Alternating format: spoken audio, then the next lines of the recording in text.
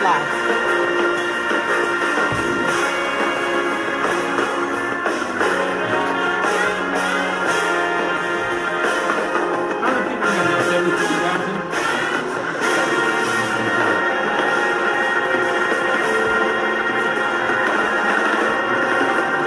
At 89.3 FM. This is member supported. WPFW, Washington.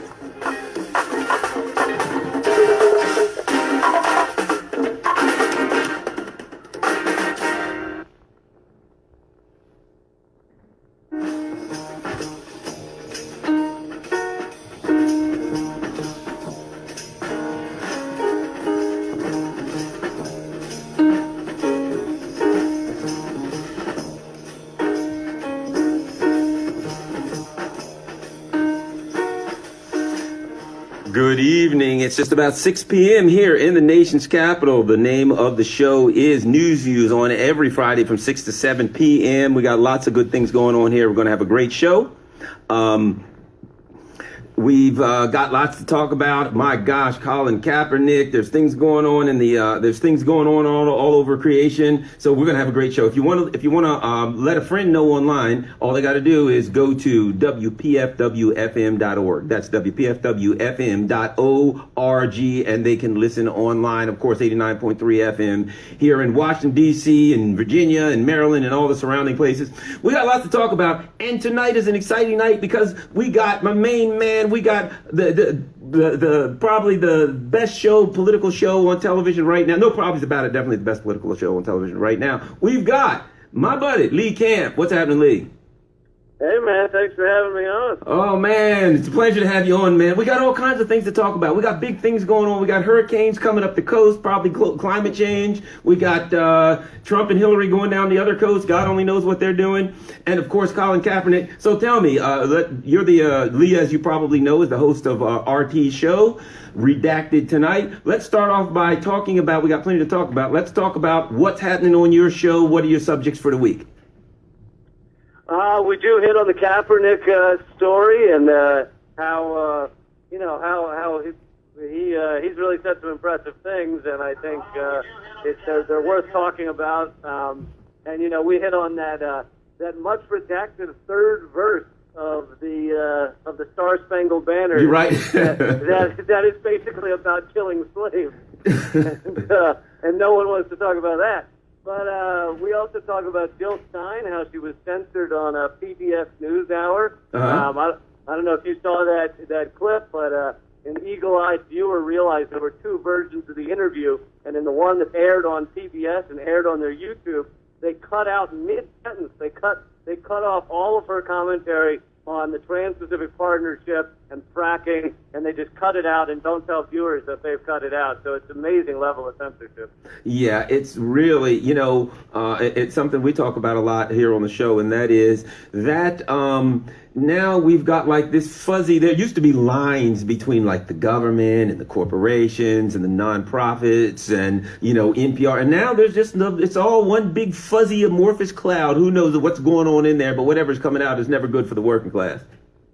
Yeah, I mean, they got rid of the fairness doctrine, and now basically these networks, all of them, can put up whatever they want, be as biased as they want, and censor what they want. And so it really is sad to see, even PBS NewsHour that is viewed as one of the more respected name in news. I guess nowadays all you have to do to be the respected channel is not have up-skirt shots of your anchors. Yeah, right. So, not have those Megyn Kelly shots walking across the stage and you're respected, huh? If you can achieve that, that's a big step. But yeah, it's amazing to see them cut her answer mid-sentence, cut out the stuff they don't want you to hear, and just play it off like it was fine. Another topic we hit on Redacted Tonight this week, which airs tonight, by the way, is the new leak about the DCCC, the Democratic Committee, that it showed they were telling Democrats how to deal with Black Lives Matter activists, and they were saying, do not show any support for policy initiatives that could address what Black Lives Matter is upset about. I mean, the idea that they're sending emails broad emails to the entire Democratic Party saying, do not support policy objectives of Black Lives Matter is really sick and something people should really be talking about. Yeah, and it really reflects this takeover of the Democratic Party, like a full takeover now. At some point, there were like people, the progressives and the left and people of color felt like they had some input. But now the party of Hillary and Debbie Wasserman Schultz, it's like a complete corporate takeover. It's a complete elitist takeover. And they're almost like, oh, wait a minute, that's those people. We may offend some of our wealthy donors. Let's just pretend they don't exist that's basically, if I interpret the emails, it was like, how can we pretend that those people don't exist without them really knowing it? Right. The email, legit, you got it exactly right. pretend that we care, because the email specifically says, right. here's how to deal with it, and it says, basically step one, show care about their concerns. So basically pretend to care about their concerns. And then step two is show no support for policy objectives. So it's really, this is step four, pretend that you give a crap. Step one, pretend that you give a crap. Step two, don't give a crap. It's the old liberal way of working with other governments. And that is the art of saying nice doggy while you look for a stick to bop them in the head. That's pretty much it. That's pretty much it, I think, if you ask me. Should pretend to care, smile a lot, and if you're Hillary, make sure you have some hot sauce in your purse. You never know, those people love their hot sauce. Yeah. I think that's what it is. It's probably this. Well, you know what? We've got the Wolfowitz doctrine, the Bush doctrine. This is probably the new DCCC. They're probably going to call theirs the hot sauce doctrine. How to deal with black people. Hot sauce 101. Exactly. And they're trying to shrug all these leaks off by saying, oh, it comes from thugs. It comes from Julian Assange. He's a thug. And it's like, look, if a thug tells you that your spouse is cheating on you and shows you proof, it doesn't mean it's not true because it came from a thug. Exactly. Yeah, but that's the oldest trick in the book. That's when you have nothing else. It's like, okay, let's see. You got the facts. You got the hardcore evidence on me. What else could I possibly claim? Oh, I know. It came from a bad source. The evidence is tainted. That's the old in court. The evidence is tainted. Yeah, but it's videotape evidence. Yeah, but the time, date, and stamp is a little wrinkly on the side. You can't make out the 5. So obviously this is bad evidence. That's pretty much it. Yeah, we got video of the DNC punching democracy in the face, and they say, oh, but the date is wrong. Yeah, so what we have now basically is and I think that's the DCCC, isn't it? The Democrat. Yeah, that's the DCCC. And that's aren't they the fundraising arm of the Democratic Party, if I'm not mistaken? Well, as if there's some part of the some part of the Democratic Party that isn't the fundraising. So I exactly. take that back. Yeah, they are the campaigning arm of the Democratic Party. Yeah. Yeah. So how to raise money. So and now we see Hillary allegedly reaching out to conservatives. I would argue she's reaching over to conservatives, which is a totally different thing. But it's this whole how can we look conservative? How can we look Republican to the Republicans? Does it seem like that's what the Democratic Party is moving toward, is now? Yeah, well, I don't know if they're trying. I think they're still trying to look like Democrats while behind closed doors they're, corporate and agree with Republicans. The Republican lawmakers, at least, agree with them on about 80% of things. So it's, how to look like we care about the people while still taking all the dirty money.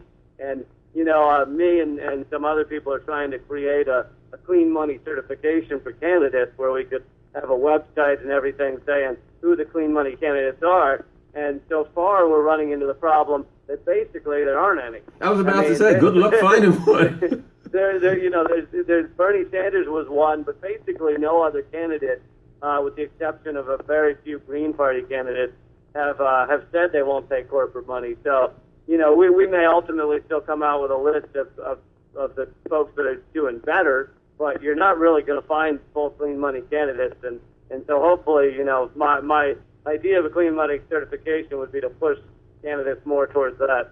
Well, look at the bright side. It'll be a very easy website to maintain. You won't have to update it very often. A list of clean money. There'll be like a picture of one guy. Yeah, it's one guy. It's easy to find a photo. There we go. You won't have to like search. You won't have to have queries and set up all these databases. It'll be basically one name. Clean money candidate. We got a room full of very bored researchers. That's right. You won't even need an S at the end of the word. You can say clean money candidate, and that with a question mark. But yeah, that's great. Once again, you're listening to WPFW 89.3 FM here in Washington, D.C. And my name's Garland Nixon on every Friday from 6 to 7. And I'm here with the star of like many things, but mainly the star of Redacted tonight on RT, one Mr. Lee Camp. And also, we are streaming live on the Real Progressives Facebook page. Real Progressives is awesome Facebook page. Go there and join. Believe it or not, I have Jackie Lukeman here. Jackie Lukeman, from one of the editors, with me on the Real Progressives page. And we have, how many? 77,000? 77,000. We have 77,000 members now. Let me tell you, you put a video up on this thing and there's like 1,000 people watch it before you can put it down. You got to really get involved with it. We got a place for you on the Real Progressives webpage there, Lee. We got to talk about that. We got big things going on. But at any rate, excellent. Let's talk about, so you did something on Kaepernick. Let's talk about Kaepernick. Believe it or not, I got to go on an unmentionable channel. I guess I'm not supposed to say that. On some unmentionable channel here very soon and talk to someone about this. But so let's talk about Kaepernick. What you guys have to say about him? Well, let's say your personal thoughts on Kaepernick. Well, I consider myself an activist, and I'm happy when anyone is willing to stand up, especially when it can be scary for their career. So to see him stand up in this way, I think is great, and it really smokes out all the true racists, and I think it's an interesting conversation to have, but people love to say, oh, there shouldn't be politics in our sports. Yeah, he can say what he wants, but don't get it into our sports. Well, what do you think all the militarization, the jets flying overhead, the silence for the lost soldiers, that's all. I'm not saying I'm opposed to caring about, soldiers who have died, but there's already politics in sports. I got news for you. Right. They unfurl these giant flags. You ever seen that? They have to unfurl these giant flags. Then they have like the Navy marching band, the military marching band. That's all. But God forbid we should have politics in sports. We can't have that. And so basically we can't have the wrong kind of politics in sports. And here's my thought on this too, Lee. We've got like the protocols and traditions of standing for the Star-Spangled Banner or holding your hand over your heart when they say the Pledge of Allegiance, etc. Right? So we've got these songs, we've got these traditions, protocol, whatever you want to call them, and people want to say, okay, that's great, you got to respect those, but that's not the real. That's not what's behind it. Those things represent. Allegedly, we could argue this, but those things represent certain freedoms and certain constitutional rights, etc., right?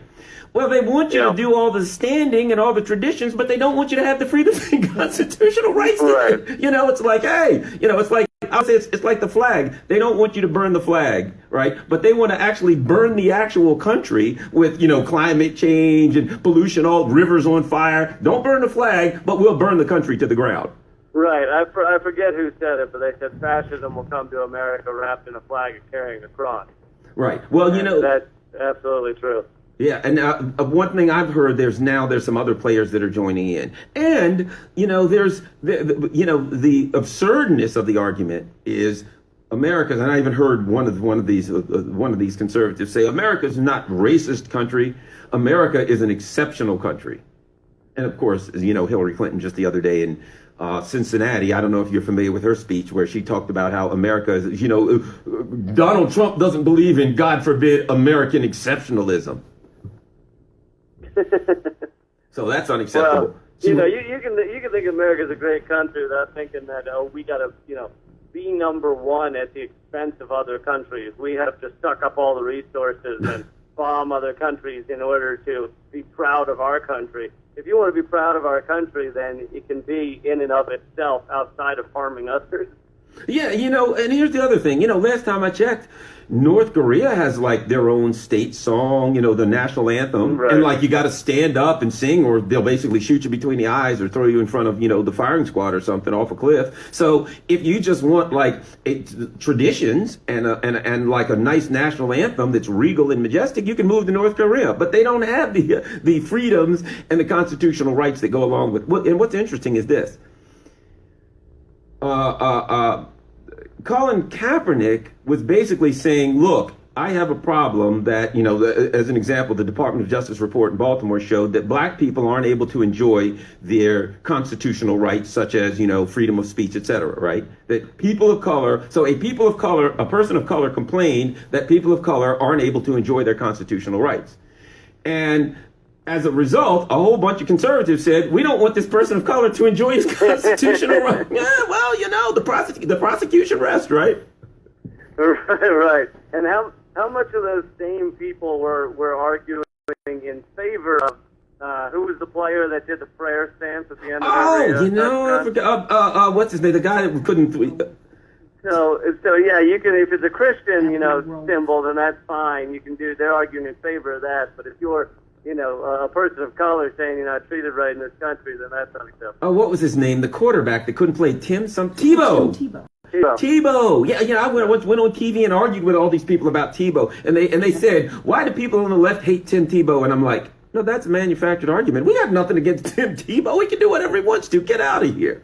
But Tim Tebow has to be able to express his First Amendment rights. How dare you liberals and progressives and people argue for that? And now, but he was doing something religious. He wasn't doing something that they've taken from patriotism. Here's the way I look at it. If you do it voluntarily, it's patriotism. If you do it under threat of, violence or whatever, that's nationalism. That's it. They don't want patriotism. Last time I checked, it was supposed to be voluntary. You can stand, you can sit, you can do whatever you want. And he didn't go running around like urinating on the field or something. He's just like, okay, well, I'll just sit here and chill while they do that. There's lots of Jehovah's Witnesses. They don't stand. I'm with the ACLU. We had a case many years ago, the ACLU one, that said their religious belief, their children don't stand for the Pledge of Allegiance, and the Supreme Court said they don't have to. Yeah. And I'd love for people in their spare time to look up the third verse of the Star Spangled Banner that we don't sing. That because Francis Scott Key was a slave owner. Yeah. And in the song it talks about nothing could save the slaves from the grave. And you're basically saying slaves should be killed. It's crazy. It's crazy. Yeah, and Colin Kaepernick is supposed to stand for that. Oh boy, I don't see how America stands for that metaphorically, much less, figuratively speaking. I don't know how we stand for that. In Maryland, there's a third verse of Maryland, My Maryland, that says something about Abe Lincoln being a tyrant. It was written by a bunch of Confederates. So we need to start looking into all of these patriotic songs. I think there's more going on here than meets the eye. We need to it's kind of like you know what it really is? It's kind of like these Confederate monuments. Yeah, I was just going to say, I'm down here in Charlotte. Let's ask the question, do these people stand up when they're at home and they see it on TV? It's our history. Well, it's funny how all these monuments all center around one specific time in history, about a 5-year period involving Civil War generals. It seems to be the only history that all these southern cities, which I grew up in one, I'm a southern boy, and it seems to be the only history that everyone seems to care about is these 5 years. Yeah, the years they love, the year the year they were fighting for slavery, and they hate the 60s. They hate the 60s when people started opposing the war, asking for civil rights and smoking weed, stuff like that. That they didn't really like. That's that's unacceptable here. You know what I was wondering? In fact, our David Kelly over there, who is our engineer, just asked about all these people complaining about Kaepernick. He says, I wonder if they stand up while they're watching the football game when they hear it on TV, or if they get up off their couches. If they get up off there, how dare sitting there watching it on the couch with a beer in their hand? How dare he sit down while the Star Spangled Banner is playing? Well, they remain seated in honor of Buffalo Wings. Yeah, right. Different. Yeah, exactly. Hey man, I got to run to this gig, but thank you so much for having me on, and keep fighting the good fight. All right, thanks a lot. Once again, that's Lee Camp with Redacted tonight on RT. What time are you on, Lee? It airs at 8 o'clock, and then it'll be on YouTube at 8:30. It's youtube.com/redacted tonight. All right, thanks a lot. Thank you. That's right. youtube.com/redacted tonight. That's Lee Camp. I am just so excited. I'm so happy to have Lee Camp. He's great. Once again, you're listening to WPFW 89.3 FM here in Washington, D.C., or WPFWFM.org if you're online. If you want to get in touch with me, Twitter at Garland Nixon. GarlandN@gmail.com if you want to email me, or Garland Nixon on Facebook. Oh, I got problems. I'm getting close to 5,000. They're going to cut me off soon. I might have to weed through there. You know, some people I haven't talked in a long time. Maybe, you know, some current conservatives. They're looking awful weak on my YouTube page. A lot of those conservatives might have to go. Might have to make room for my peeps here from WPFW and for real progressives. We got important things to talk about that doesn't necessarily involve a whole bunch of conservatives. I hate to be like that, but you know what I mean? Sometimes you got to do. See, in war they call it triage, right? Where there's like a whole bunch of wounded, and they go through the wounded, and they say, well, these over here probably won't make it very long, so we'll push them aside. These got a good chance of making it. These got the best, and so they like evac the ones that have the best chance of making it out first. That's what I'm gonna have to do on my Facebook page. I'm gonna have to do triage. Conservative, things ain't looking good for you. Blah.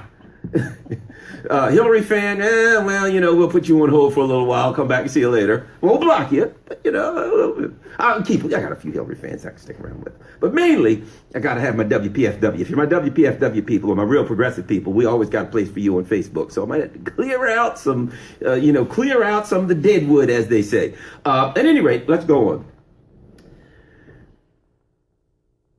My thought on Colin Kaepernick, as I said earlier, and I will kind of reiterate, the issue, there's two issues. There are two issues with Colin Kaepernick, really. Issue one is, of course, his First Amendment rights to free speech, okay? People who say, you know, people who basically believe in an America that is not exactly the same America that is enumerated in the Constitution, in a nutshell. They believe in a nationalistic America. They believe in an America that is a Christian America, where you're a Muslim or an atheist or something, you shouldn't have the same rights as a Christian. They believe in an America where if you're a person of color, you shouldn't have the same rights as, you know, a white person. They believe in an America where your freedom of speech is restricted as long as it's something nice and patriotic and acceptable to the majority.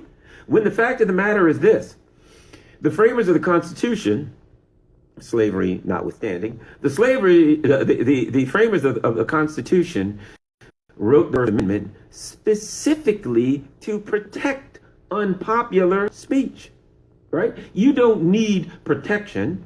You don't need, your speech doesn't even, if you stand on the corner and you on a soapbox and scream, America's the greatest country in the world, God bless America, blah, blah, blah, you need no protection. You don't need First Amendment. Nobody's going to come up and say, okay, you're an idiot. You know, they're not going to try to attack you.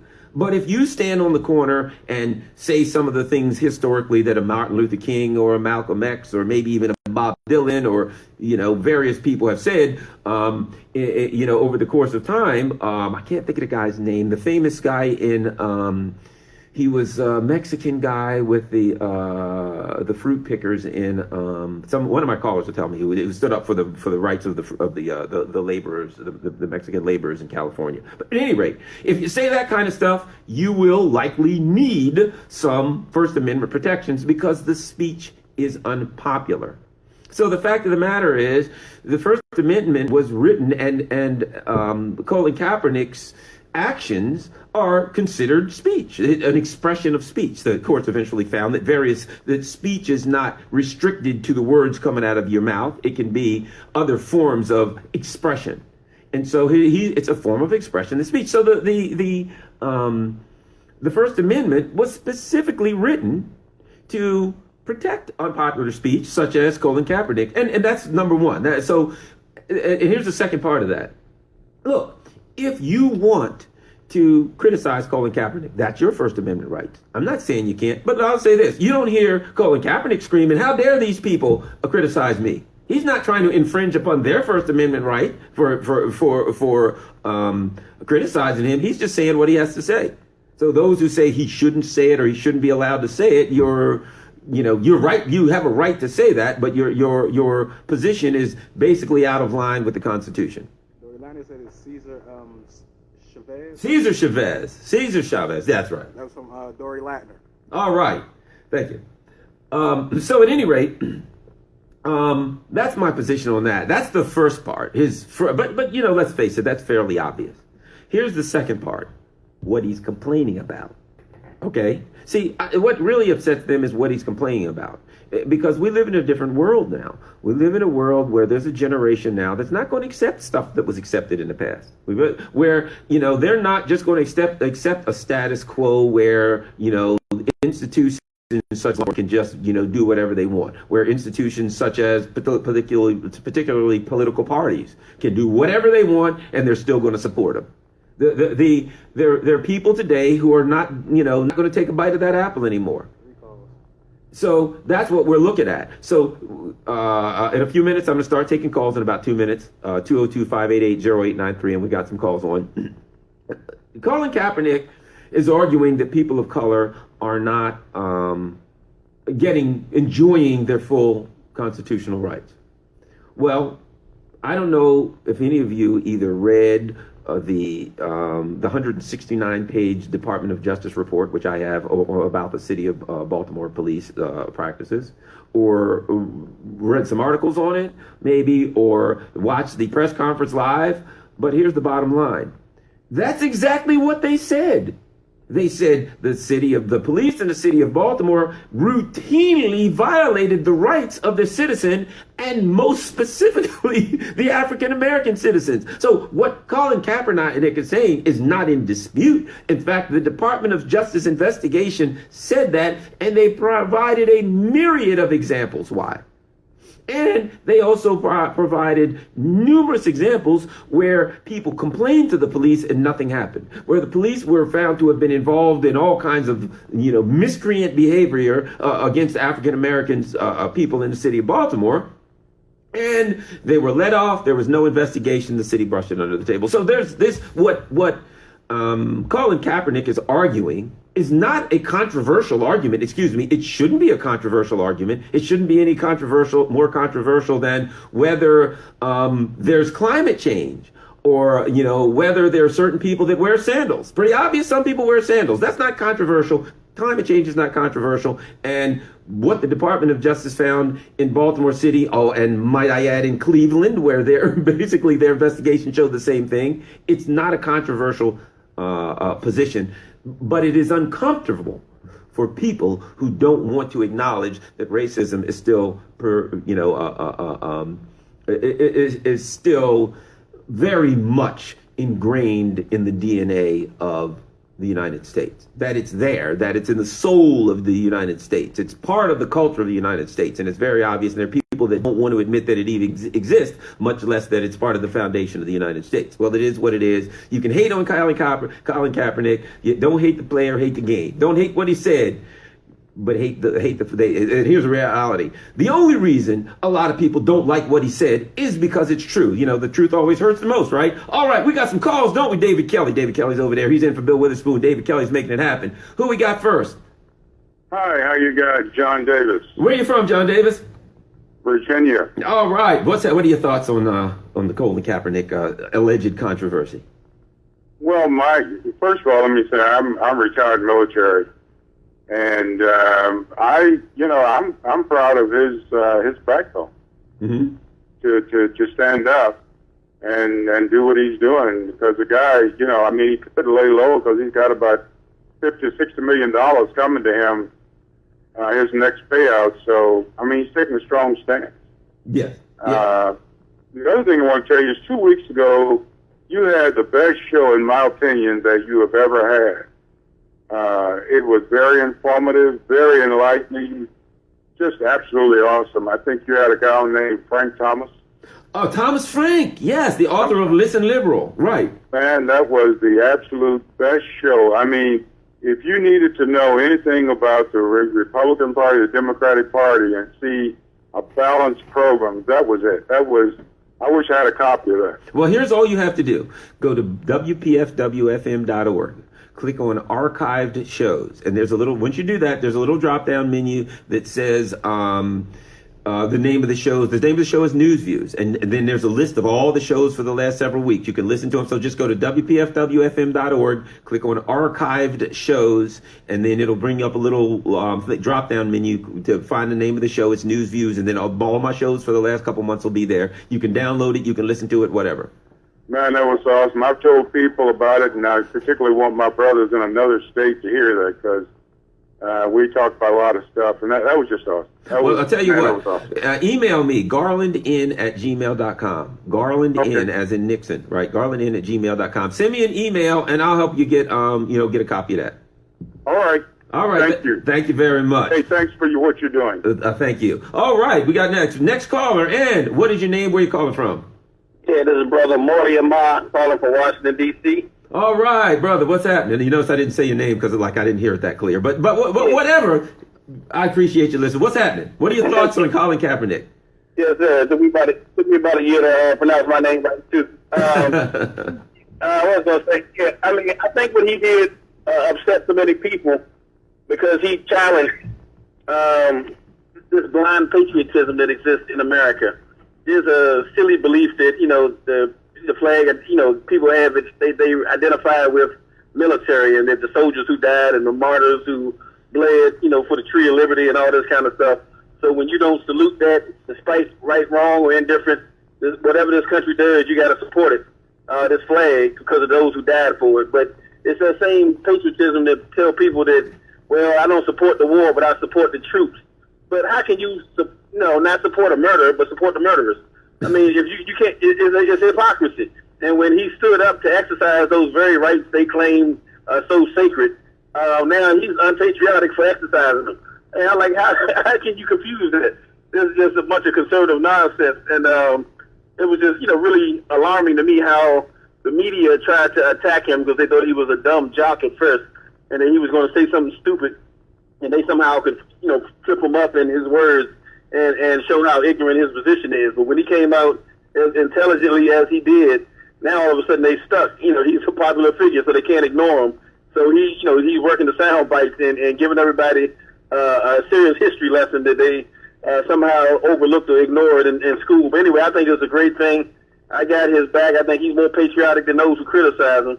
And I appreciate your show, brother. Thank you. A couple of things to add, too, and that is, number one, what's interesting now is it's coming out, these Jackie Robinson quotes, where Jackie Robinson said that he couldn't stand for the Star-Spangled Banner because of basically the racism in America. So we're seeing other things come out.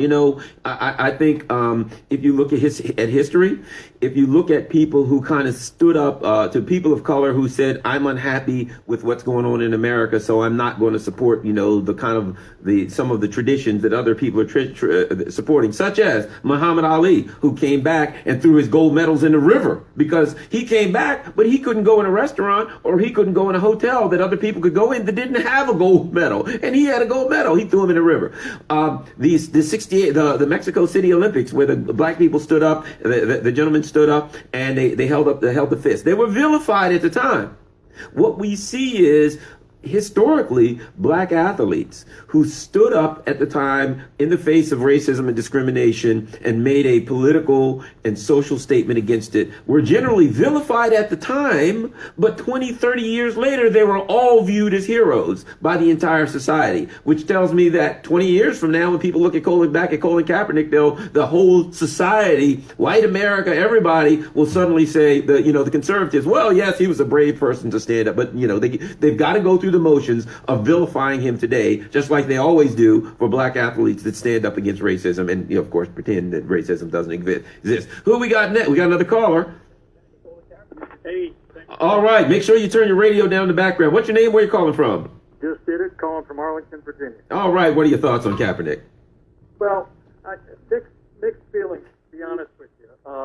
I think that it is right and proper for any American, regardless of their ethnic identity or religion or anything else, to engage in some form of standing up or sitting down and practicing civil disobedience. I absolutely endorse that right, and I think it's necessary at certain times in our history. I think this is one of them. I just moved from Atlanta, so I know something of the history of the civil rights movement, and at the same time, when I say mixed feelings, I'm a little bit torn because of the question about the when and how Colin Kaepernick expressed his opinion. And by that I mean he was wearing the uniform of his employer, and by extension, then he is representing the team. And so there's a leap there to embody express the sentiment that he did and the opinion that he did, which I endorse. And by the way, I agree with it completely, absolutely completely. I don't think it denies racism to say that maybe the time and place that he chose to express the opinion overextended, because he was at work. He was wearing his work uniform, and on that basis, I'm a little bit confused that no one has said, well, wait a minute, if Colin Kaepernick held a press conference and said that when I am attending sporting events and not wearing my uniform, I intend to not stand, yeah, it might not have been as impactful, but he would not have been representing the team and the owners of the team. Now, should we give forgiveness for that and say, you know what, this cause is so great and the stage is so large that Colin should be allowed to do that, and it's all about the First Amendment. But the First Amendment is for private citizens, and he was not in that moment behaving in the role of a private citizen. He was in the team uniform. So I just wanted to get your thoughts on that, and it's going to sound, I know, like a nitpicky point, but I am a little bit concerned that strain of debate has not been engaged. Well, I'm glad you called and made that for this reason. Those are the kind of points we need to discuss. That's why I'm glad I got smart callers, because we need to discuss those kinds of points. All those points need to be brought out and discussed. So I think it's important that you called and made that particular point. And I'll throw a couple thoughts on it. Number one, if you think back to the Mexico Olympics, the guys that held up the fist, they were in a uniform of the United States. Basically, they were kind of like giving the finger to the country while they held up, while they wore the uniform representing the country in another country. So that was kind of, I guess, at the time, that was completely outrageous. But here's the other part of it, and that I think is of consequence. So he is an athlete, a black athlete. And, you look at the NFL, which I think there's 63% black, 70% black. Okay. Well, so there's a lot of young black men. And the fact of the matter is that the owners of the NFL are making billions. They're basically printing money. And they pay athletes well, but people get all torn up. Some play 1 year and get their knees ripped off, So they are there and they are represent their employee, but they're making a whole lot of money for their employer. So I think the other feeling was this. I am in a position that if I do something in this position, that people will take notice, and not enough people are taking notice and discussing this issue, and not enough people. This issue needs to be addressed in more so than it's being addressed. So I understand what he said. Why I think to some extent, being a professional athlete and being in the position that he is, that he feels it's important, and a lot of people say that's great, because let's face it, if Garland stands on his little station in DC and says it, there are people listening, but it ain't no Colin Kaepernick, or if somebody stands on the corner. So he's got a voice where he is to make a difference, and I think there's always been people in history that have done that about various things. And, every now and then you'll have somebody who's in the NFL or NBA or whatever say, God bless the troops, I support the troops, or whoever it is. So I think it's certainly reasonable for him, being a young black male, feeling that young people like him are being denied their rights. That it's certainly a reasonable thing for him to do, and it's a very effective thing to do. But I'm glad you called, and I'm glad you brought that up, because that's a good question, and it's something that I'm sure much smarter people than me, well, let's face it, there ain't a whole lot of stupider people than me, but so that's most everybody who's smarter than me could probably discuss this far better. Thank you very much. Who we got next? All right. Make sure your radio's turned down. And what's your name? Where you calling from? This is Kenny, brother. Kenny. Kenny, where you calling from, Kenny? Baltimore, man. Oh, wait, man, my main man Kenny in Baltimore. What's happening? I haven't heard from Homeless Ike yet in Baltimore. I hope Homeless Ike's on. He on the line. Homeless Ike is on the line. We got to talk to him next. But what's up, Kenny? You could have had all the minutes in Baltimore last week if you had a call, put me on. I'm living in a city where 85% of the people have gone back in the 30s during Jim Crow times. Did you hear the other week when we had Ray Kelly on? Yeah. You know my man Ray? I know that brother. Oh yeah, he's good people, man. Hey, he's good people. So what are your thoughts? What are your thoughts on Colin Kaepernick? What about him? I don't know. Who is he? Oh, well, that don't matter, man. Thanks a lot. So, look, I certainly appreciate you calling, Kenny. Appreciate you calling the show. I only deal with Baltimore news, brother. That's important, man. Look, Baltimore news is important. Look, if I was in Baltimore, I live in Pasadena, right outside of Baltimore. But if I was in Baltimore running from the police every week, because let's face it, if you're black in Baltimore, that's pretty much what you're doing, running from the police. Then, Come on over and visit us. Come on over and visit us. I spend a lot of time in Baltimore. I go over there and hang out with my man Ray over there, right off Pennsylvania, right off Penn North, over to church where his office is. Over in Sandtown, Winchester. Beat the heck out of you. Yeah. All right, thank you very much. All right, who we got next? Is it homeless? Homeless Ike? Hey, my man, homeless Ike from Baltimore. What's up? Man, look. Let me say something right now about you. Thank you, brother, because you and the crew went up there and handled y'all business. Y'all represented WPFW.org, 89.3 FM, jazz and justice. Well, can you dig it? Then can you dig it? And then can you dig it? And then can you dig it? Y'all handled it well. Now, what I want to say is this. What they didn't do is what me and you need to talk about, is that they left us homeless. And they left us poor, and working class. That's what you taught. You taught the class. Shut up. Go ahead on, boy. You taught the class. They left us poor, and working class. And that's cool, because we held that, because we were slaves. We got through slavery. So we got to